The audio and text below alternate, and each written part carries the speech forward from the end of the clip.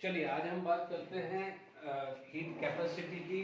ठीक है, last lecture से तक हमने काफ़ी अदर डिटेल्स भी बात करी है, तो हम हीट कैपेसिटी की बात करते हैं। It is represent by capital C. Some time आपको सीटी भी मिलेगा, बट मैं वहां पर भी लिख देता हूं। तो अब आप देखिए इसकी डेफिनेशंस क्या होती है कि amount of A heat require to raise the temperature of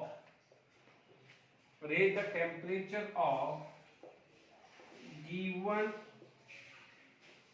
quantity of substances by 1 degree Celsius और 1 केल्विन। एक ही बात है, जब चेंज आता है तो इट इज डिग्री सेल्सियस और केल्विन सेम ही आता है। तो by substances by 1 degree Celsius और 1 केल्विन। ठीक है, इसको रिप्रेजेंट किया जाता है capital C which is equal to Q by delta T. Q by delta T आएगा। This is the formula Q by delta T. But some time क्या जाएगा, ये भी क्या है कि इसको CT से भी लिखा जाता है। ठीक है, तो it is also known as total heat capacity. तो कई जगह यदि आप टोटल हीट कैपेसिटी वर्ड लिख रहे हैं या पढ़ रहे हैं तो गड़बड़ी मत करिएगा। It is also represent by CT, तो गड़बड़ी नहीं होनी चाहिए।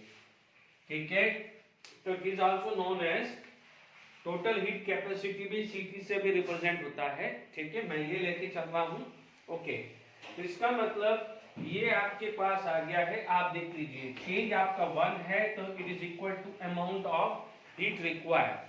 यानी मान लीजिए कोई भी रूम है, रूम के अंदर यदि मान लीजिए कोई भी मैंने गिवन क्वांटिटी ले ली किसी भी सब्सटेंस से। फॉर एग्जांपल मैंने मीथेन ले लिया, मीथेन को मैंने कंबस्शन करा। मान लीजिए उस समय temperature let it be 30 degree Celsius है। मान लीजिए now the temperature become 31 degree Celsius. To raise the temperature by 1 degree Celsius certain heat require होगी या रिलीज होगी।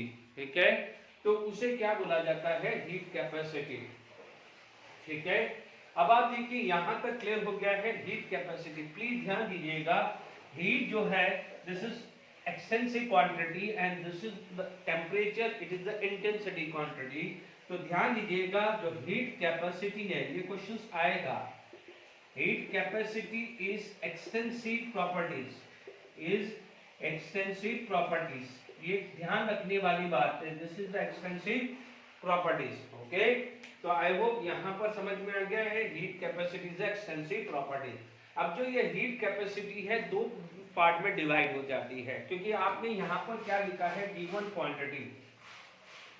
ये क्वांटिटी गिवन मास में भी निकाल सकते हैं या मोल में भी निकाल सकते हैं। तो अब आप देखिए इसी डेफिनेशंस को अपन आगे चेंज करने वाले हैं, यानी this heat capacity further divided into 2 part. ठीक है, यानी इसी हीट कैपेसिटी को मैं 2 पार्ट में डिवाइड कर रहा हूं। ठीक है, अब आप देखिए यहां पर जो फर्स्ट पार्ट जो आ जाएगा उसे आप क्या बोलते हैं, मोलार हीट कैपेसिटी। इसे बोलते हैं मोलार हीट कैपेसिटी। ठीक है, उसको रिप्रेजेंट किया जाता है Cm से रिप्रेजेंट किया जाता है मोलार हीट कैपेसिटी। ठीक है, नाम से ही पता चल रहा है। यानी मान लीजिए मोलार हीट कैपेसिटी को मेरे को लेना है तो आपको क्या लिख सकता हूं, C/N, where N stand for number of moles, where N stand for number of moles। Make sure ये कैपिटल C लीजिए, ये कैपिटल C आएगा। तो आप क्या बोलोगे, it is the amount of heat required to raise the temperature of।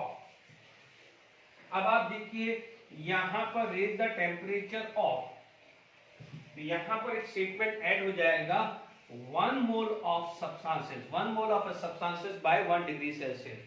तो यहां पर आपके पास क्या था, this is the representation for C। देखिए 1 by 1 इसको चीजों को आप कंप्लीट करते रहिए। ठीक है, यानी क्या था कि Cm is equal to C/N।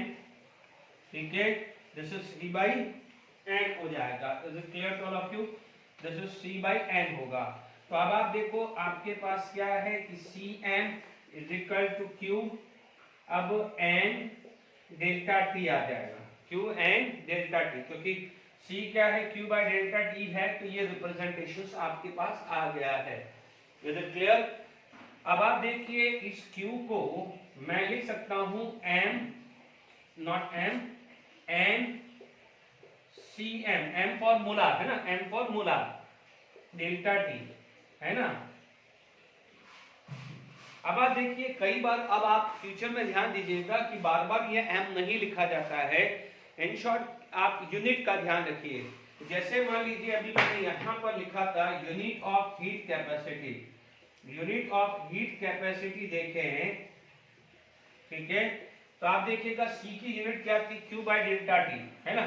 तो आपके पास क्या हो जाएगा, कैलोरी पर डिग्री सेल्सियस और कैलोरी पर केल्विन है ना। ये जूल पर डिग्री सेल्सियस, जूल पर केल्विन, ठीक है। आल्सो हो सकता है जूल पर डिग्री सेल्सियस और जूल पर केल्विन भी आ सकता है, किलो कैलोरी भी आ सकता है, किलो जूल भी आ रहा है, वो मैं नहीं लिख रहा हूँ, वो समझ जाइएगा, ठीक है। This is the unit of heat capacity. Unit बहुत बड़ा रोल प्ले करेगी। अब यहाँ पर मैं यूनिट की बात करूं, unit of molar heat capacity, unit of molar heat capacity, ठीक है। यदि मैं unit of molar heat capacity की बात करूं तो आप देख लीजिए ये क्यू क्या होता है, कैलोरी।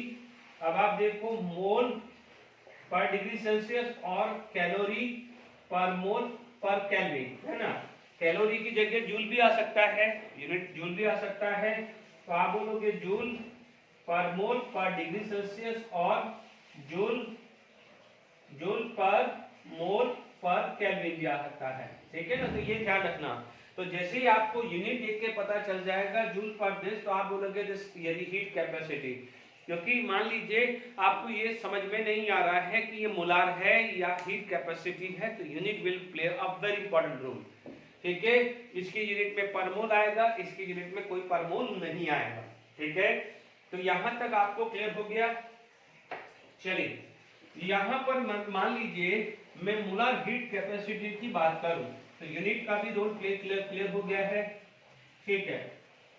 यदि मैं मोलार हीट कैपेसिटी की बात करूं, if I am going to talk about the molar heat capacity, molar heat capacity, ठीक है। इसको अपन कैपिटल ये सी एम से भी रिप्रेजेंट करते हैं। दिस फर्दर डिवाइड, क्योंकि आपने अभी लास्ट लेक्चर तक ये पढ़ा है कि हीट जो है कांस्टेंट वॉल्यूम कांस्टेंट प्रेशर दोनों पे भी हो सकता है। तो यही चीज क्या हो जाएगा, molar heat capacity at constant pressure. यदि molar heat capacity at constant pressure भी आ सकती है, तो यही क्या हो जाएगा, molar heat capacity at constant volume भी आ सकती है, दोनों हो सकती है ना बच्चों, ठीक है। कांस्टेंट प्रेशर है तो उसको रिप्रेजेंटेशन एस टाइप से किया जाता है, ठीक है, या सिंपल इसको कैपिटल सीपी लिखा जाता है। मोस्टली तो आपको ये देखने को मिलेगा, बट मैंने यहाँ पर ये समझा दिया है, ठीक है। इसे बोला जाएगा सीवी और सीवी, ठीक है। तो ये ध्यान रखना है, आपको इस तरह का रिप्रेजेंटेशन मिलेगा। Is it clear to all of you? तो ये आ जाएगा M stand for molar and P stand for constant pressure, M stand for molar and V stand for constant volume. देखो CPM भी लिख सकता है, ऐसा भी आ सकता है लिखा हुआ, तो आप इसमें कंफ्यूजन नहीं होना चाहिए, या ऐसा भी लिखा हुआ आ सकता है, एक ही बात है, ठीक है। तो आप उसको कोई कंफ्यूजन नहीं होना चाहिए। आप बोलोगे कि ये रिप्रेजेंटेशन है या ये, आप कोई सा भी रिप्रेजेंटेशन आ सकता है, बट ज्यादातर आपको सीपी सीवी आएगा, कैपिटल सीपीएन सीवी आएगा, तो ये खासकर ध्यान रखिएगा। चलिए अब आप देखिए यही चीज यदि यही फॉर्मूला बन जाता तो आप क्या बोलते, CP QP and delta T. यहां पर क्या बन जाएगा, सीवी क्या होगा, क्यूवी एंड डेल्टा टी, यही बनेगा, ओके। अब आप देखो यहाँ पर जगह नहीं है, मैं इसलिए यहाँ पर बना रहा हूँ, आपको इसके नीचे लिखना है। आप बोलोगे QP equal to N CP delta T, okay. और QP हमने पढ़ा है डेल्टा H, तो एन सीपी डेल्टा टी क्या हुआ, डेल्टा H का फॉर्मूला क्या हुआ है, एन सीपी डेल्टा टी। यही क्या हो जाएगा, QB equal to N CV delta T, और QV हम लिखते हैं delta U is equal to N CV delta T। Is it clear to all of you? तो मैंने इसके नीचे आपने ये लिख दिया है, क्योंकि देखिए ये फॉर्मूला मैंने पढ़ा था, कांस्टेंट प्रेशर पे QP हो जाएगा, कांस्टेंट वॉल्यूम पे QV हो जाएगा। आप U या ये किसी भी तरह से रिप्रेजेंटेशन लिख सकते हैं। Is it clear to all of you? Okay, तो हम आपको पता चल गया है, ठीक है। तो अब आप देखिए इन दोनों रिलेशन से, जैसे मान लीजिए आपने यहाँ पर ये पढ़ा है और ये है, इन दोनों रिलेशन से आपको एक चीज क्लियर हो जाएगी। देखिएगा, ढंग से देखेंगे इस रिलेशंस को आप, तो आपको क्या मिलेगा, यहां पर आप नोट करके लिखेंगे कि डेल्टा H इक्वल टू, जैसे था delta H equal to N CP delta T is proportional to delta T as well as delta U directly proportional to delta T। ठीक है, ये चीज समझ में आई आपको? आपको पता है कि आइसोथर्मल, यदि आइसोथर्मल प्रोसेस होगा तो डेल्टा T इक्वल टू 0 होगा, क्योंकि final temperature, initial temperature are same and temperature is a state function. Okay, तो यानी क्या हो जाएगा, तो आप क्या बोलोगे, delta H equal to 0 and delta U equal to 0। तो ये चीज हमने आइसोथर्मल प्रोसेस में इनिशियली जब फर्स्ट लॉ थर्मोडायनामिक्स समझाया था, तो ये चीज मैंने ली थी और मैंने कहा था आगे मैं प्रूव करूंगा, तो मैंने ये चीज समझा दी है। अब आप एक मिनट ध्यान रखिएगा कि इसमें कई बार इस तरह के एमसीक्यू लैंग्वेज क्वेश्चंस आते हैं। क्या आते हैं, आपसे बोला जाता है कि ड्यूरिंग आइसोथर्मल प्रोसेस, बच्चों को दिमाग में होता है कि आइसोथर्मल प्रोसेस में क्या है, डेल्टा H 0 है, तो गलती से बच्चे क्या लिख देते हैं कि आइसोथर्मल प्रोसेस में एंथैल्पी 0 है। Enthalpy change is 0, not enthalpy 0। इसका मतलब यहां पर आया है, दैट इज आप क्या लिखोगे, एंथैल्पी रिमेन कांस्टेंट। ठीक है, और इसका कंक्लूजन क्या आएगा, इंटरनल एनर्जी रिमेन कांस्टेंट। ध्यान रखना है क्या लिखा है, चेंज इन इंटरनल एनर्जी 0 है but internal energy remain constant, change in enthalpy 0 but enthalpy remain constant. तो ये चीज का खास कर ध्यान रखना है कि क्या पूछ रहा है आइसोथर्मल में, क्योंकि बच्चे लोग काफी गलती करते हैं कि आइसोथर्मल प्रोसेस में लिखा होता है कि एंथैल्पी 0, फिर लिखा है enthalpy decreases, enthalpy increases, enthalpy remain constant. तो बच्चे लोग जनरली बहुत जल्दबाजी में रहते हैं तो एंथैल्पी 0 लिख देते हैं। एंथैल्पी 0 नहीं है, enthalpy remain constant but change in enthalpy is 0। ये ध्यान रखिएगा। अब देखिए इसी चीज को आगे प्रोसीड करते हैं। तो पहला केस आपको हो गया है मोलार हीट कैपेसिटी। ओके, अब मोलार हीट कैपेसिटी हमने पहली कैटेगरी ले ली है, ठीक है। इसके बाद जो सेकेंड जो कैटेगरी आती है वो आता है specific heat capacity. Is it clear? क्या आता है सेकेंड, स्पेसिफिक हीट कैपेसिटी। ठीक है, इसको क्या है, स्मॉल सी से रिप्रेजेंट करते हैं और कई बार कैपिटल एस से भी रिप्रेजेंट कर सकते हैं। ठीक है, सी और कैपिटल एस से, यानी capital C for heat capacity, small C for specific heat capacity. ध्यान दीजिएगा यहां पर जो डेफिनेशन है क्लियर हो जाएगी। 1 मोल की जगह, यहां पर जो 1 मोल है उसकी जगह आ जाएगा 1 ग्राम। 1 मोल की जगह क्या आ जाएगा, 1 ग्राम आ जाएगा। 1 gram of substances by 1 degree Celsius. तो आप इसका फॉर्मूला जो है स्मॉल सी, ठीक है, एस और स्मॉल सी, ठीक है, इट इज इक्वल, या तो कैपिटल सी बाय मास लिख दीजिए और सी एम यानी molar heat capacity divided by molecular weight ले लीजिए। ठीक है, दोनों ले सकते हैं, ज्यादातर आप ये ले लीजिए तो सबसे अच्छा है, ज्यादातर ये ले लीजिए C equal to this upon this, तो ये सबसे अच्छा है। क्योंकि जनरली यदि मोल में दिया हुआ है, मोल में दिया है, पर मोल दिया है, तो 1 mole equal to the molecular mass. ठीक है, mass of 1 mole substances equal to molecular mass, ये पढ़ा हुआ है। तो ये ज्यादातर आप ये वाला रिलेशन लें तो सबसे बढ़िया है, ठीक है।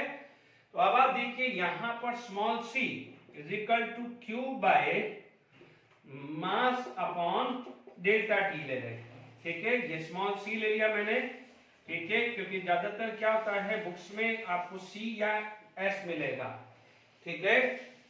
तो आप देख लीजिए इसके अंदर यूनिट की बात करें, unit of specific heat capacity, specific heat capacity की बात करें तो यहां पर क्या है, इसकी जो है कैलोरी, कैलोरी पर ग्राम पर डिग्री सेल्सियस और कैलोरी पर ग्राम केल्विन पर केल्विन, ठीक है। कई बार यूनिट कैलोरी में की जगह जूल भी दे सकता है, तो आप ये भी दे सकते हैं जूल पर ग्राम पर डिग्री सेल्सियस और जूल पर ग्राम पर केल्विन भी आ सकती है। Is it clear? ये s या स्मॉल c से भी रिप्रेजेंट कर सकता है। Is it clear? अब आप देखिए जैसे अभी अपन ने पढ़ा था तो सेम आप बात कर सकते हैं कि specific heat capacity further divided into two part. यदि मैं बात करूं specific heat capacity, specific heat capacity ये भी क्या हो जाएगा, फर्दर डिवाइडेड आ जाएगा, टू पार्ट में आ जाएगा, ठीक है। पहला जो पार्ट आ जाएगा एट कांस्टेंट प्रेशर आ गया है, एट कांस्टेंट प्रेशर आ गया है, और दूसरा आ जाएगा एट कांस्टेंट वॉल्यूम आ जाएगा, एट कांस्टेंट वॉल्यूम आ जाएगा, ठीक है। तो यहां पर आ जाएगा small cp, make sure small cp, और यह आएगा स्मॉल cv आएगा, ठीक है। या इसको sp भी लिख सकते हैं, या यहां पर क्या लिख सकते हैं और sv भी लिख सकते हैं, ठीक है। तो दोनों में रिप्रेजेंटेशन आएगा, ठीक है। बट फिर भी मैं बार बार बोल रहा हूं रिप्रेजेंटेशंस की बजाय आप यूनिट पे फोकस करिए। हीट कैपेसिटी कैलोरी पर डिग्री सेल्सियस या kelvin, molar heat capacity calorie पर डिग्री सेल्सियस पर मोल, या कैलोरी पर डिग्री पर केल्विन पर मोल। यदि मान लीजिए स्पेसिफिक हीट कैपेसिटी है कैलोरी पर डिग्री सेल्सियस पर ग्राम, कैलोरी पर केल्विन पर ग्राम, ठीक है। यदि पर मोल है तो मोलर हीट कैपेसिटी, पर ग्राम है तो स्पेसिफिक हीट कैपेसिटी, ना मोल है ना ग्राम है तो हीट कैपेसिटी। सिंपल ध्यान दीजिए, कुछ और ज्यादा ध्यान नहीं दीजिए। यहां पर भी आप लिख सकते हैं कि Cp Qp क्या होगा, मास इनटू डेल्टा H। तो Qp is equal to m Cp delta T, और Qp को क्या लिख सकते हैं, delta H m Cp delta T। But ध्यान दीजिएगा ये स्मॉल है यहाँ Cv Qv m delta T, और Qv is equal to m Cv delta T, और यहाँ पर Qv क्या आ जाएगा, delta U is equal to m Cv delta T आ गया। आई होप यहां तक समझ में आ गया है, ठीक है। तो ये आपका स्पेसिफिक हीट कैपेसिटी आप लोगों ने समझ लिया है, ठीक है। अब आप देखिए यहां पर हमारे पास, चलिए तो ये हमने पढ़ा है, और लास्ट लेक्चर तक हमने डिग्री ऑफ फ्रीडम भी पढ़ा है। अच्छा, मोस्टली जब हम बात करते हैं, जो मैं रिलेशंस बता रहा हूं, ये आगे मैं पॉइजन्स रेशियो समझाऊंगा, तो ये मोस्टली आपको जो है वो रूम टेम्परेचर पे आएगा, ठीक है। तो ये ध्यान रखना है। अब आप देखिए यहां पर आएगा relation between Cp Cv and R, but ध्यान दीजिए ये मोलर वाला है। कौन सा वाला है, molar heat capacity. Is it clear to all of you? Relation between Cp Cv and R, ठीक है। हमारे को पता है कि वी नो दैट, ठीक है, H equal to U plus PV, ये पता है, हमने एंथैल्पी की डेफिनेशंस पढ़ी हुई है। Is it clear to all of you? अब आप देखिए delta H equal to delta U plus delta PV आएगा, ओके। डेल्टा H हमने पढ़ा हुआ है। Is it clear to all of you? Delta H क्या पढ़ा हुआ है हमने, n Cp डेल्टा T अभी पढ़ा है, this is n Cv delta T। अब आप देखो for ideal gas we can put PV is equal to nRT, ठीक है। अब इस इक्वेशन से ये समझ में आ रहा है कि ये चेंज हो रहा है जबकि मोल चेंज नहीं हो रहा है, तो क्या बन जाएगा NCP delta T is equal to NCV delta T। ध्यान दीजिएगा ये पर मोल है, ये पर मोल है, इसके मोल से मोल कैंसिल हुआ है। यहाँ पर ये कांस्टेंट वेरिएबल क्या है, ये आ रहा है, ठीक है। यानी हो सकता है ये किसी तरह का फिजिकल प्रोसेस हो। Is it clear? तो आप देखेंगे n डेल्टा टी कैंसिल हो गया, जैसे ये कैंसिल हो गया, ठीक है। तो आपको क्या मिल जाएगा, Cp is equal to CV plus R मिल जाएगा, Cp is equal to CV plus R मिल जाएगा, ठीक है। यहां तक क्लियर हो गया है, Cp is equal to CV plus R। एक वर्ड आता है which is known as Poisson's ratio. ये क्या आता है, Poisson's ratio, which is represented by gamma. Gamma is equal to Cp upon Cv. Gamma is equal to Cp upon Cv आ जाता है, ठीक है, ठीक है। Cp Cv आ गया है, ओके। तो अब आप देखिए इस रिलेशंस के अंदर हम बात करें, देखिए इसको दूसरे तरीके से भी आप लिख सकते हैं, जैसे आप dH by dt, देखो मैंने यहां पर आपको ये क्लियर कर दिया, PV is equal to nRT, है ना। तो दूसरा तरीका से भी आप इसको और काम कर सकते हैं, जैसे अपने अपने हैं, मैंने एक सिंपल वे में डेरिवेशन ले लिया है, आप ये भी ले सकते हैं। दूसरे तरीके से ये भी डेरिवेशन आ सकता है, ये सेकंड वे है कि H equal to U plus nRT, PV is equal to nRT पढ़ा है, आप पढ़ सकते हैं differentiation with respect to temperature, आप बोलोगे कि differentiation with respect to temperature, ठीक है। तो ये आ जाएगा du by dt आ जाएगा। यहां पर यदि आप डिफरेंशिएट करते हैं तो क्या होगा, n r आ जाएगा, ठीक है, nr आ जाएगा। dH by dt क्या आ जाएगा, NCP NCV प्लस nr, ठीक है। तो n कैंसिल हो जाएगा, तो Cp is equal to CV plus R। जो भी आपको तरीका लगे, मैंने दोनों तरीके से डेरिवेशन बता दिए है। Is it clear? ओके, क्योंकि dH by dt अपन ने पढ़ा है ना। अभी आप देखेंगे कि भाई QP is equal to NCP dt, ये पढ़ा है, QP is equal to NCP dt, और QP को क्या पढ़ा है, DH पढ़ा है, DH delta H NCP delta T आ जाएगा। तो DH by dt क्या होगा, NCP, ठीक है। Similarly QV is equal to NCV dt पढ़ा है, तो QV की जगह QV की जगह आप क्या लिख सकते हैं, du is equal to NCV dt, तो du by dt NCV। तो दोनों तरीके से मैंने आपको डेरिवेशन समझा दिया है। चलिए इसी डेरिवेशंस को आगे मैं प्रोसीड करता हूं। This is known as Poisson's ratio, ठीक है। तो कई बार अब आप देखो Cp by Cv is equal to R, किसी में भी रिलेशंस ले सकते हैं। तो आप देखिए कि मान लीजिए Cp, it implies that Cp is equal to gamma times of Cv, ये आया है, ओके। तो मैंने इस इक्वेशंस में रखा है, तो this equations become gamma Cv is equal to Cv plus R, तो R is equal to gamma minus 1 Cv, gamma minus 1 is equal to R upon Cv, ठीक है। तो यहां पर भी रिलेशंस कुछ इस टाइप से भी आगे कभी पूछ ले तो काम आ सकता है गामा, ठीक है। और इंप्लाइज दैट क्या होगा, gamma is equal to 1 plus R Cv। तो किसी भी तरह से क्वेश्चन न्यूमेरिकल सी बन सकता है, ठीक है। तो आपके पास पॉइजन्स रेशियो मैंने ये भी समझा दिया है। अब आप देखिए यदि मैंने इसी चीज को आगे लेता हूं, पॉइजन्स रेशियो को लेके चलूं,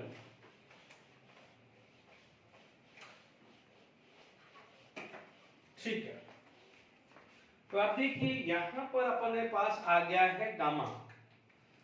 तो देखिए पॉइजन्स रेशियो गामा, देखिए यदि आप देखेंगे तो सबसे पहले मान लीजिए हमारे पास ये आया मोनो एटॉमिक गैस,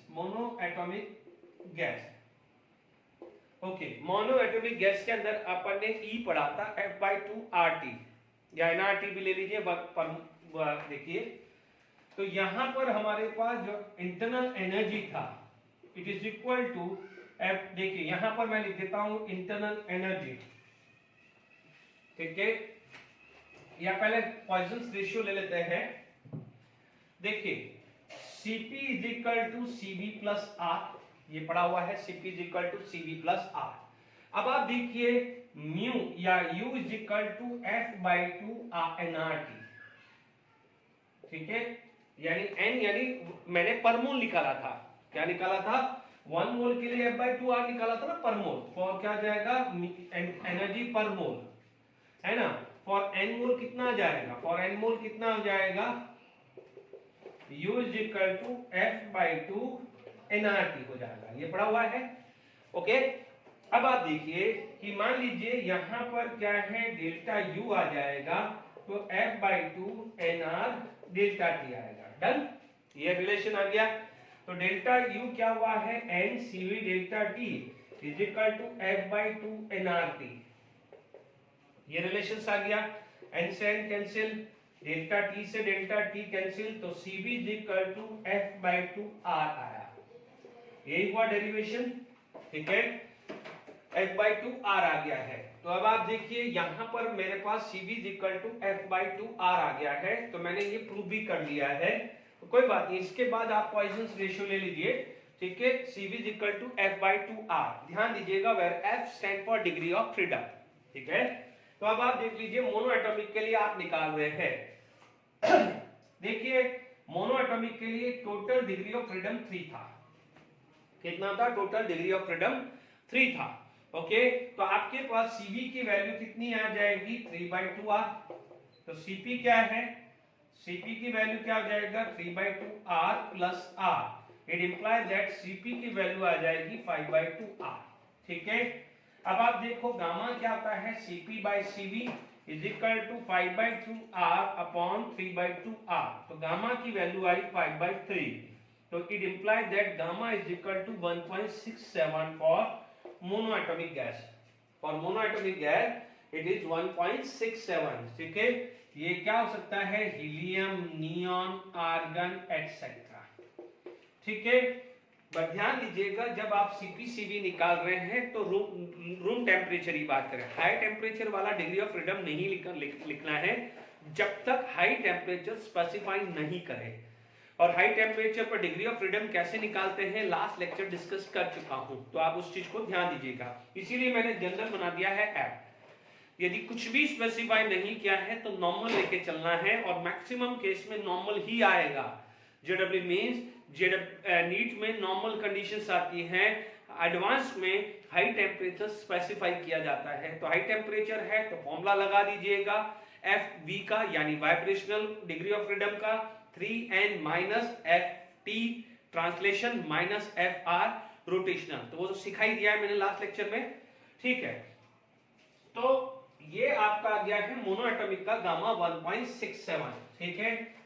अब आप देखिए यही चीज डायएटॉमिक आ जाए, ठीक है, सेकंड केस आपका क्या हो जाएगा, डायएटॉमिक के लिए मैंने निकाल दिया, ठीक है, it is for diatomic gas, ठीक है, diatomic gas like hydrogen, oxygen, nitrogen etcetera, और and linear polyatomic, linear polyatomic में तो सबसे बेस्ट एग्जांपल आता है CO2, ठीक है। अब आप देखिए उनकी वहां पर जब हम लोगों ने डिग्री ऑफ फ्रीडम पढ़ा था तो 3 था ट्रांसलेशन का और 2 था रोटेशनल का, ठीक है। तो F की वैल्यू कितनी थी 5, प्लीज ध्यान दीजिएगा लोअर कंडीशन जब तक हाई टेम्परेचर स्पेसिफाई नहीं करता। तो आप देखेंगे Cp is equal to 5/2 R, तो Cp is equal to 5/2 R plus R, तो Cp की वैल्यू आ जाएगी 7/2 R, डन, ये आया है। Gamma is equal to Cp/Cv, तो ये क्या हो जाएगा 7/2 R upon 5/2 R, gamma is equal to 7/5 equal to 1.4, और देखिए 1.4 आ गया है गामा, ठीक है। तो आप ध्यान दीजिएगा, कई बार ये ध्यान दीजिएगा, दिस इज आइडियल गैस के लिए भी है।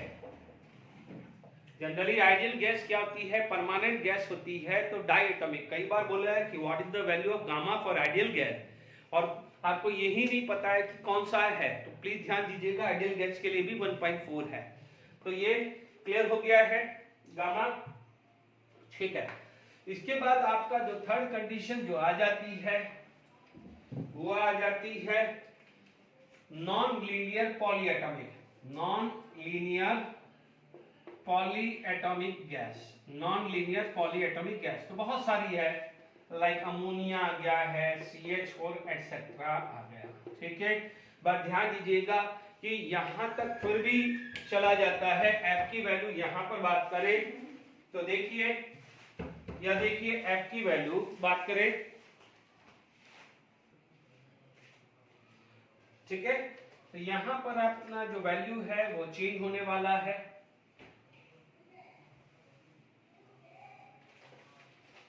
देखिए यहां पर आपका जो F आएगा वो आएगा 6, ठीक है। क्या आएगा 6, 3 for translation and 3 for rotational. तो ये वैल्यू आ जाएगी 6/2r, इसको आप 3r लिख सकते हैं, ठीक है। तो ये आएगा 3r plus 1r, it is equal to 4r। ये कितना आ जाएगा 4r, तो ये क्या हो जाएगा 4/3, 4r/3। तो ये कितना आ जाएगा 4/3, तो गामा आ जाएगा 1.33। Is it clear? गामा कितना आ गया है 1.33 आ गया है। Is it clear to all of you? तो अब आप देख सकते हैं यहाँ पर आप लोगों ने गामा कैसे कैलकुलेट करते हैं वो भी मैंने आपको सिखा दिया है। Is it clear to all of you? ठीक है।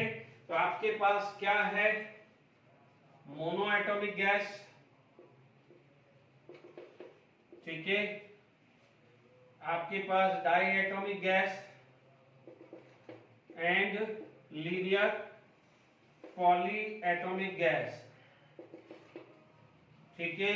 थर्ड आ जाएगा non linear polyatomic gas, polyatomic gas, ठीक है। तो यहां पर आपके पास जो गामा की वैल्यू है वो क्या क्या आ गई है, गामा की वैल्यू यहाँ पर 1.67, 1.4 एंड 1.33 आ गया। ये इंपॉर्टेंट है। ये लो टेम्परेचर पे बात करी, हाई टेम्परेचर पे जब भी है वो आप बना सकते हैं, ठीक है, ओके। क्योंकि Cv = F/2R है।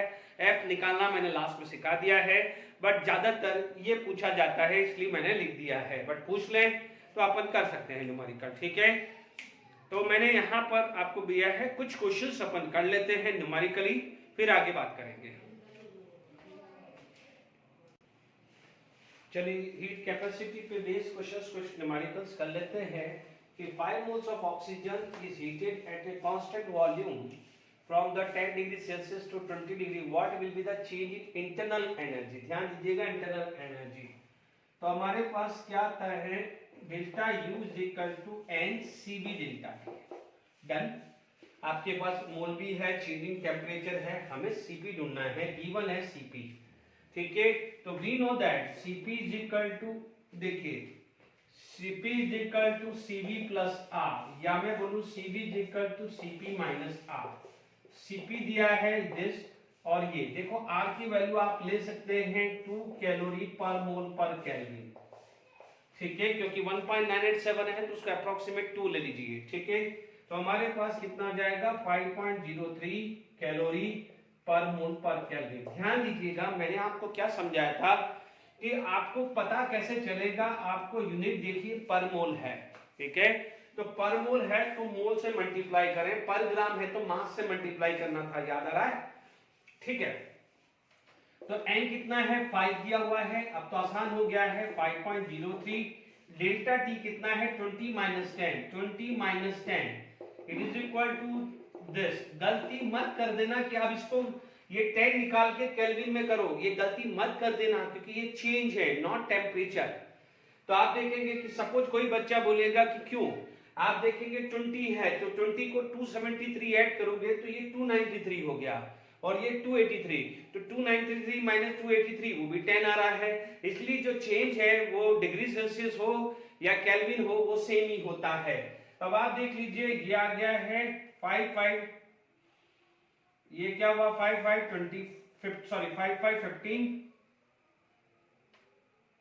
देखिए 5 3 एंड 525 है ना, ये 0 बट एक डेसिमल, तो ये आ जाएगा 251 दिस कैलोरी, क्योंकि पर मोल कैंसिल हो गया है। Is it clear? This is the value of delta U आ गया है। अब आप देखिए ये बहुत अच्छे क्वेश्चंस हैं। नेक्स्ट यदि आप बात करते हैं,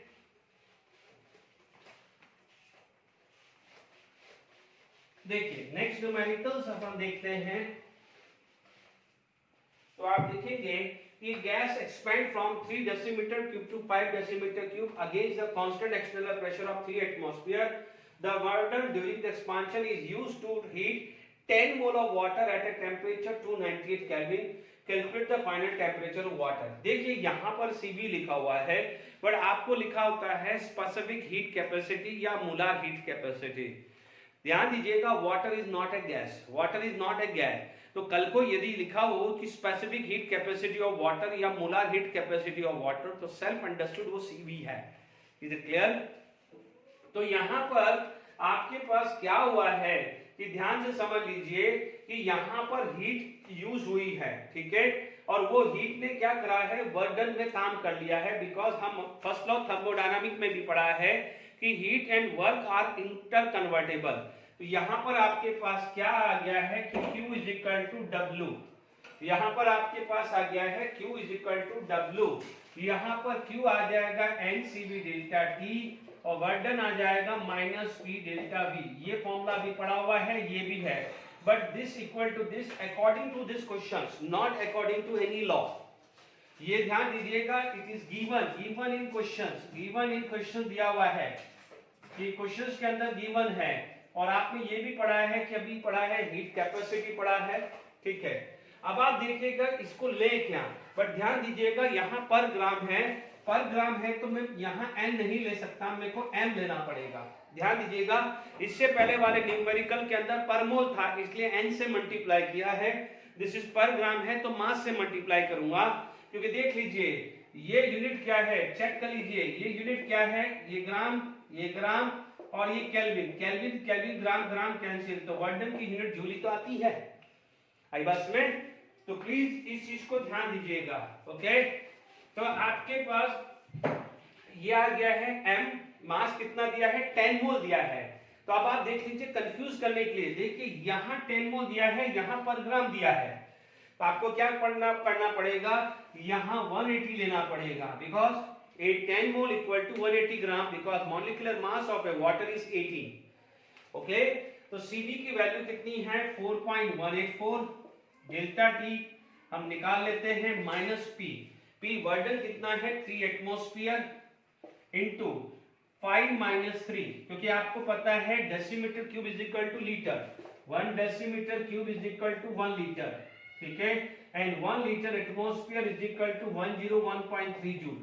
तो आप देख लेंगे ये है एटमॉस्फेयर, ये आ गया है लीटर, तो इसको जूल में कन्वर्ट करने के लिए 101.3 से मल्टीप्लाई कर दिया, तो ये भी जूल में आ गया, ये भी जूल में आ गया है। तो मैंने दोनों साइड इक्वेट किया है, क्योंकि मैं मान लीजिए ये नहीं रखता तो ये लीटर एटमॉस्फेयर आ जाता, ये जूल आ जाता, तो कहां से यूनिफॉर्मिटी आ जाती। Is it clear?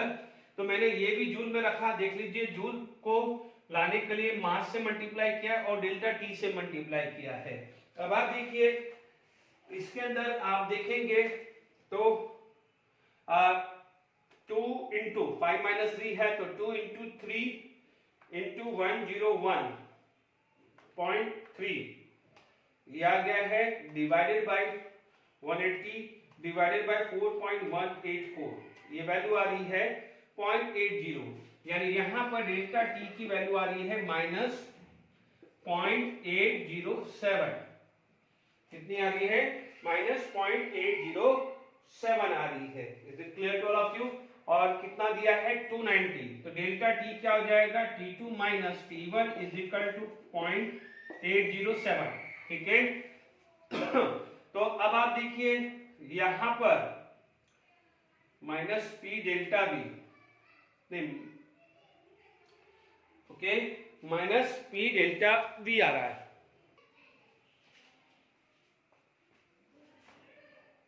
देखिए बच्चों इसमें भले यहाँ पर वर्डन माइनस पी है, ध्यान दीजिए work done minus P delta V है, बट इसमें देखिए work done during the expansion is used तो नो डाउट। अब आप देखिएगा यहाँ पर एक चीज कर दीजिएगा, भले वर्डन अपन यहाँ लिखा दिया तो यहाँ पर माइनस साइन आपको हटाना पड़ेगा, क्योंकि जो वर्डन में यूज हो चुका है, जो हीट रिलीज हुई है वो वर्डन में यूज हो चुका है।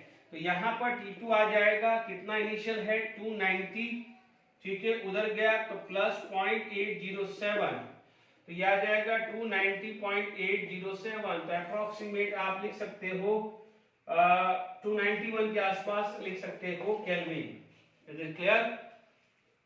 ध्यान दीजिएगा भले work done is minus P delta V but it is used, इसलिए माइनस साइन नहीं लगाना है, ठीक है। तो work done minus P delta V था, बट आप या तो क्या करें कि यहाँ पर पहले ये वर्डन निकाल दीजिए, जैसे ये वर्डन आपने निकाला, दूसरा तरीका क्या कर सकते हो कि मान लीजिए आपने यहाँ पर, प्लीज इधर एक बार और ध्यान से सुन लीजिए कि आपने वर्डन निकाला minus P delta we minus 3 5 minus 3 into 101.3 ये मिला माइनस 0.807 जूल मिला, ठीक है। अब ये यूज हुआ है, दिस इज यूज, तो आप क्या बोलोगे, this is equal to this, ठीक है। ये कर दीजिए, तो आप ऐसा भी कर लेंगे तो आपको पता चल जाएगा। डन, नॉट सॉरी 0.807 नहीं है, ये मैं उल्टा लिख गया, ये है 2 इंटू 3 इंटू 101.3, ये वैल्यू आ रहा 607.8 माइनस 607.8 जूल हुआ है। यहां पर आपको लिखना पड़ेगा 607.8 जूल, 607.8 लिखना पड़ेगा। डन, ये चीज क्लियर आ गई है? ओके, तो यहां तक क्लियर हो गया है आपको? चलिए अब और एक आध कोशिश करते हैं। चलिए ये अच्छे क्वेश्चंस हैं, थोड़ा इंटीग्रेशन पॉइंट ऑफ व्यू है।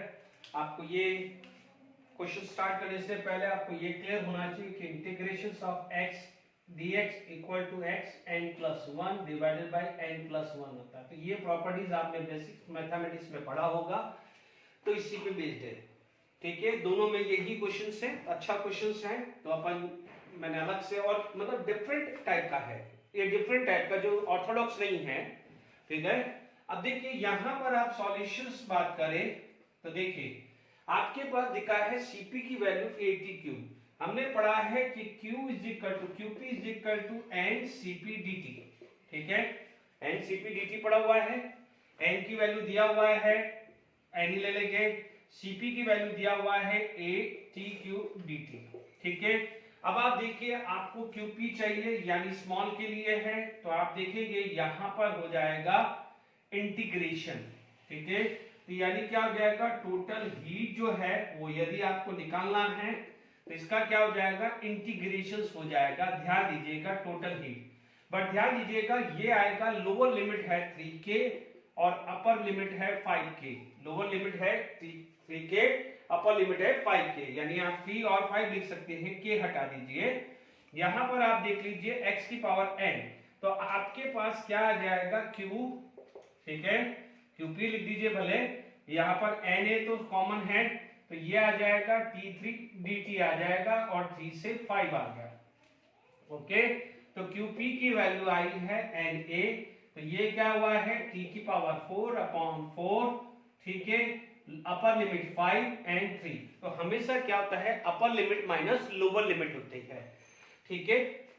आपने शायद इनिशियल बेसिक्स मैथमेटिक्स में पढ़ा होगा, फिर भी नहीं है तो मैं बता रहा हूं आपको, ठीक है बच्चों। तो यहां पर क्या होगा है Na जो है 4 आ गया है, यहां पर आपके पास आ जाएगा 5 की पावर 4 माइनस 3 की पावर 4 आ जाएगा। डन, ओके, 5 की पावर 4 एंड 3 की पावर 4, तो 25 इंटू 25 ये आ गया है 625, Na by 4 625 माइनस 3 की पावर 4, तो 9 इंटू 9 81 और माइनस 625 81 10, तो ये कितना आ जाएगा टोटल आपके पास QP डिवाइडेड बाई 4, ये आ जाएगा 136 Na आ जाएगा। क्या वैल्यू आ जाएगा 136 Na।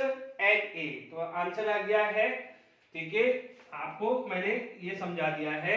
ओके 136 Na आ गया है QP की वैल्यू, यानी फाइनली मैंने यहां लिख दिया है QP is equal to 136 Na।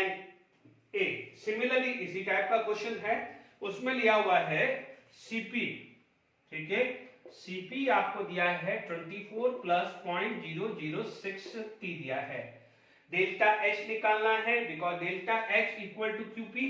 देखो ये QP लिख दो या इसकी जगह डेल्टा H भी लिख आ सकता था, तो उसमें कोई इशू नहीं है, ठीक है। Find the amount of energy required हुआ है, तो डेल्टा H क्या होगा NCP डेल्टा T, ठीक है, क्योंकि यहाँ पर मोल है तो मोल से मल्टीप्लाई कर दिया। तो देखो यहाँ पर 3 लिखा हुआ है, ठीक है, तो यहाँ पर भले dt कर दीजिए, dH कर दीजिए।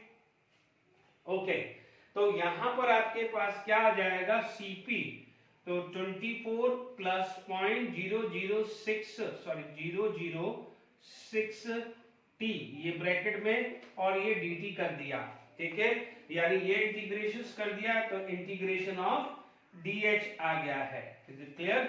मैंने इंटीग्रेशन दोनों साइड कर दिया है, तो ये क्या हो जाएगा मेरा डेल्टा H, ये 3 बार रहने वाला है। अब आप देख लीजिए यहाँ पर 1 है, यहाँ पर क्या है 1, कुछ भी नहीं है तो 1 है, इसका मतलब क्या हो जाएगा 1 को आप क्या लिख सकते हो, 1 को लिख सकते हो t की पावर 0, 1 को क्या लिख सकते हैं t की पावर 0, तो ये क्या आ जाएगा 0 प्लस 1 अपॉन 0 प्लस 1।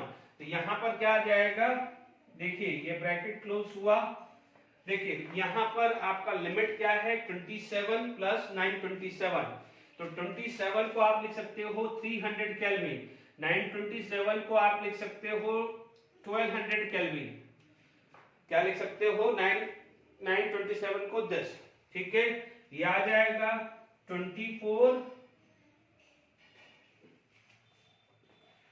देखिए यहां पर आ जाएगा 24 T, ठीक है, ये 1200 एंड 300, ठीक है ना, यहाँ पर मल्टीप्लाई बाय 1 है तो 1 का इंटीग्रेशन होता है T, ठीक है। अब आप देखो प्लस 0.006, यहाँ पर कितना है T की पावर 1, तो T की पावर 1 है तो यहाँ आ जाएगा T स्क्वायर बाय 2, ठीक है, 1200 अपॉन 300, ये मल्टीप्लाई आ गया, ओके। अब अपन इसका मल्टीप्लिकेशन करते हैं, डेल्टा X 3 ब्रैकेट में 24, तो यह आ जाएगा 1200 माइनस 300 प्लस यहाँ पर आ गया है 0.006, यहाँ पर आ जाएगा 1200 का स्क्वायर माइनस 300 का स्क्वायर अपॉन 2 आया, तो ये वैल्यू आ गई है और ओवरऑल ब्रैकेट क्लोज हो गया है। Is it clear? अब मेरे को ये रब करना पड़ेगा क्योंकि पूरी कैलकुलेशंस करनी है मुझे, ठीक है, तो समझ में आ गया है कि इंटीग्रेशंस को कैसे यूज करना है, ओके।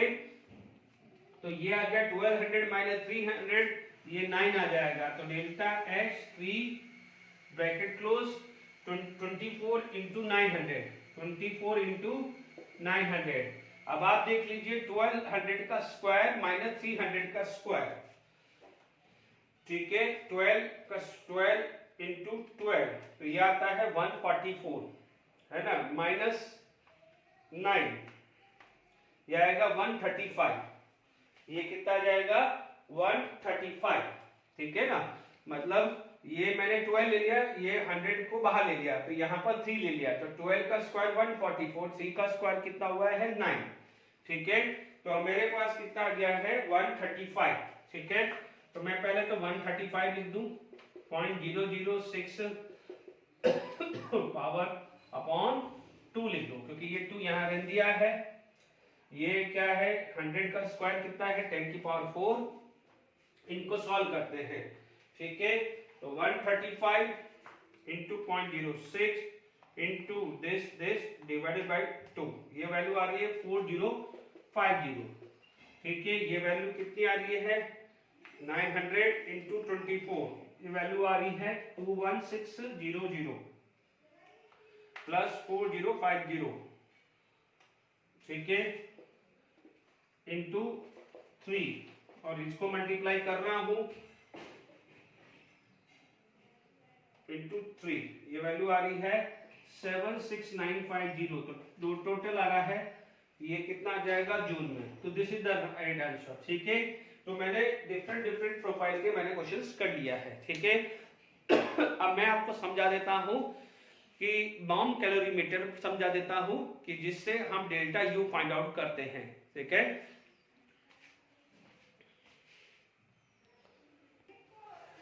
देखिए यहाँ पर आपका जो मेजरमेंट है डायग्राम हमने बनाया गया है, इसमें एक सैंपल ले लिया है, जिसको लिया है कोई भी सब्सटेंस सैंपल हो सकता है, मीथेन हो सकता है, कोई भी सैंपल हो सकता है। यहाँ से ऑक्सीजन सिलेंडर, ऑक्सीजन का इनलेट है। ठीक है, यहाँ पर फायरिंग लीड है जो उसको फायर देगा। ठीक है, इन प्रेजेंस ऑफ ऑक्सीजन, यानी इस सिलेंडर के अंदर ऑक्सीजन है, ये सील्ड है और ये सराउंडिंग क्या है वाटर है और इसको क्या है पूरा कवर कर रखा है। ठीक है, तो ये बॉम्ब कैलोरीमीटर का क्या है, एक apparatus है, थर्मामीटर हमने लिया है, स्टाइलर है यानी जिसको चलाने के लिए, सैंपल है, ये जो है इसको बॉम्ब बोले, ये जो बॉम्ब है या स्टील बॉम्ब ले ले जिसको हमने वाटर में डाला है। ठीक है, ये पूरा का पूरा को बॉम्ब बोला है, हियर इट इज वाटर। ठीक है, अब इसमें बहुत जानने वाली चीज है, क्योंकि ये जो सील्ड है, ये क्या है सील्ड है, तो इसका मतलब यहाँ पर क्या है delta V is equal to 0, यानी ये कंडीशन जो आएगी कांस्टेंट वॉल्यूम आएगी। जब कांस्टेंट वॉल्यूम आएगा तो जो वर्क डन है वो 0 है, ये तो समझ लीजिए। ठीक है, अब हुआ क्या है कि जैसे ही यहाँ पर एक टेम्परेचर को सेट कर दिया है, लेट इट बी कोई भी T डिग्री सेल्सियस या T केल्विन ले लिया, यहाँ पर कंबस्टन होगा। ठीक है, यहाँ पर सराउंडिंग वाटर रखा है। वाटर सराउंडिंग रखने का मतलब क्या हुआ है कि जो भी during this process, during this combustion जो भी हीट रिलीज होगी वो सराउंडिंग को नहीं जाए, उस सराउंडिंग को नहीं जाए, वो इस सिस्टम के अंदर ही रखे, इसके अंदर ही रहे। इसलिए यहाँ पर क्या रखा है वाटर रख दिया, यानी जो भी हीट रिलीज होगी वो किसको सप्लाई हो जाएगी, वो वाटर को सप्लाई हो जाएगी। तो वाटर का टेम्परेचर क्या है वो राइज हो जाएगा। तो हम इस रीडिंग से हमें आइडेंटिफाई करेंगे कि इस में हीट रिलीज कितनी हुई। बट ध्यान दीजिए कि ये जो पूरा का पूरा सील किया हुआ है उसको इसमें इंश्योर किया गया है कि सिस्टम से सराउंडिंग नहीं जाना चाहिए। ठीक है, तो सील्ड है तो क्या हुआ है कि ensure no transfer of heat, no transfer of heat from system to surrounding, system से सराउंडिंग नहीं होना चाहिए। ठीक है, तो अब आप देखिए इसके अंदर जो हीट आई है वो कांस्टेंट वॉल्यूम पे हुई होगी। कौन सी होगी हीट, मान लीजिए तो यहां पर जो मेजर हुआ है mCv डेल्टा T, या तो ये आएगा, मान लीजिए ये स्मॉल है, और QV is equal to nCv delta T, दोनों में से कोई भी आ सकता है। मान लीजिए 1 ग्राम लो या 1 मोल लो। ठीक है, 1 ग्राम लो या 1 मोल लो, हर सब्सटेंसेस की अपनी मोलार हीट कैपेसिटी या स्पेसिफिक हीट कैपेसिटी फिक्स रहती है। तो ये आपके पास मेजर हो गया है, यानी क्योंकि देखिए आपने कैसे हीट मेजर करी। अब मान लीजिए मैंने मीथेन ले लिया, तो मीथेन का मान लीजिए मोलार हीट कैपेसिटी लेता हूं या स्पेसिफिक हीट कैपेसिटी, क्योंकि आपको पता है कि molar heat capacity and please note कर लीजिएगा, एकदम मेरे को दिमाग में आया कि molar heat capacity and specific heat capacity are intensity properties, where its heat capacity is extensive properties. मैं लिखाना भूल गया हूं, आप वहां पर लिख दीजिएगा अपने नोट्स में कि हीट कैपेसिटी एक्सटेंसिव है, जबकि क्या है molar heat capacity and specific heat capacity दोनों की दोनों इंटेंसिव है। ठीक है, ये नोट कर लेना। तो अब आप देखिए यहां से मान लीजिए हीट बाहर आई, हीट बाहर आई, ये फिक्स था, यानी मान लीजिए ये दोनों में से कोई भी फिक्स था, ये भी फिक्स है। अब टेम्परेचर आपको कैसे पता चला कि मान लीजिए T1 था बट राइट होके T2 आ गया, तो ये भी पता चल गया आपको। ये भी पता चल गया, ये फिक्स था, और क्वांटिटी जो आपने ली है सैंपल की वो तो आपको पता ही है ना। आपको ये भी पता है कि यदि ये मीथेन है तो मीथेन की heat capacity, molar heat capacity क्या होती है या स्पेसिफिक हीट कैपेसिटी क्या होती है, क्योंकि आपको पता है C/m है ना, ये C by this molecular weight, ठीक है। आपको ये पता है कि ये इंटेंसिटी प्रॉपर्टीज है तो ये भी इंटेंसिटी प्रॉपर्टीज होगी। मॉलिक्यूलर मास थोड़ी डिपेंड करता है किसी मास पे, ठीक है। तो मॉलिक्यूलर मास तो इंटेंसिटी प्रॉपर्टीज है, क्योंकि वो कुछ भी ले लो, 1 ग्राम लो, 2 ग्राम लो, किसी भी सब्सटेंसेस का मॉलिक्यूलर मास तो सेम होता है। ये भी इंटेंसिव, ये भी इंटेंसिव होता है। Is it clear? तो आपको पता है कि मान लीजिए किसी का x है, जैसे मान लीजिए मीथेन का क्या है, मोलार हीट कैपेसिटी x है, तो उसका हीट कैपेसिटी क्या हो जाएगा, स्पेसिफिक हीट कैपेसिटी क्या हो जाएगा, x/12 हो जाएगा। तो यानी ये भी फिक्स है। तो आपको ये पता है, ये पता है, या आप ये लेते हो तो ये पता है। T1 आपने सेट कर रखा है, T2 आपने, जैसे मान लीजिए T1 यहां था, ये सेट किया हुआ था, यहां तक था, राइज होके यहां पर आया, तो आपको ये मिल गया डेल्टा T, ठीक है। आपने ये वैल्यू यहां रख दी, इन दोनों का मल्टीप्लाई किया तो क्या आपको QV नहीं मिलेगा? And what is the QV? It is the delta U is equal to QV, होगा कि नहीं होगा? तो इसका मतलब बॉम्ब कैलोरीमीटर, नीट में क्वेश्चन आया हुआ है, bomb calorimeter is used to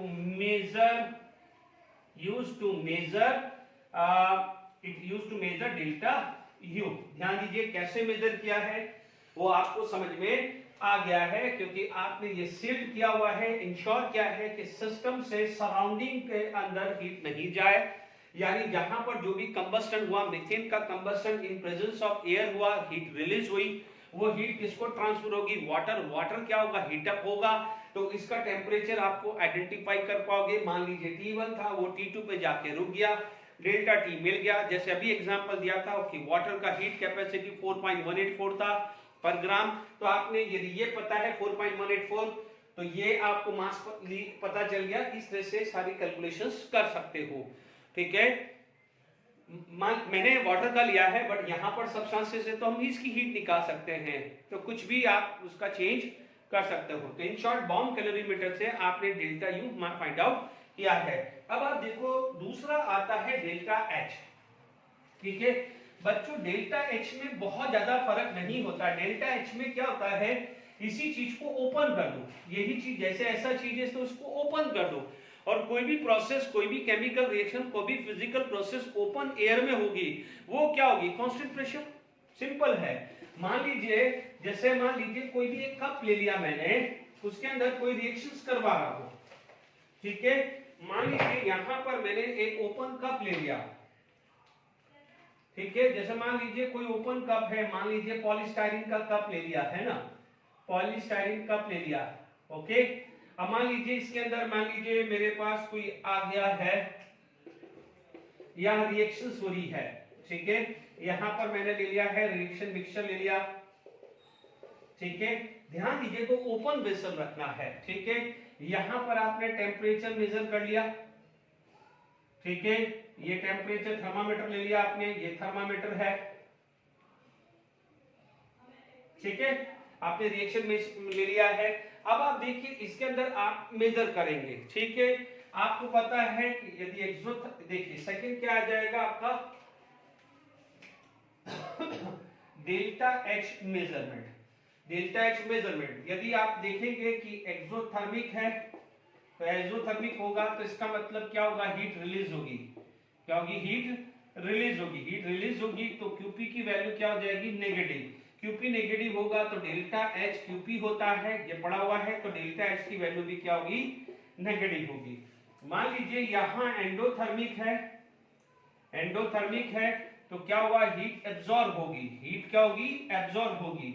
heat absorb होगी तो QP कितना हो जाएगा, पॉजिटिव। क्योंकि आप कैसे निकाल रहे हो इसको भी, तो आप ऐसे QP को भी तो कैसे निकालोगे आप, NCP डेल्टा T या MCP डेल्टा T कर सकते हो, या मैं S लिख रहा हूं, थोड़ी देर के लिए S लिख देता हूं, कंफ्यूजन आ रहा है तो S।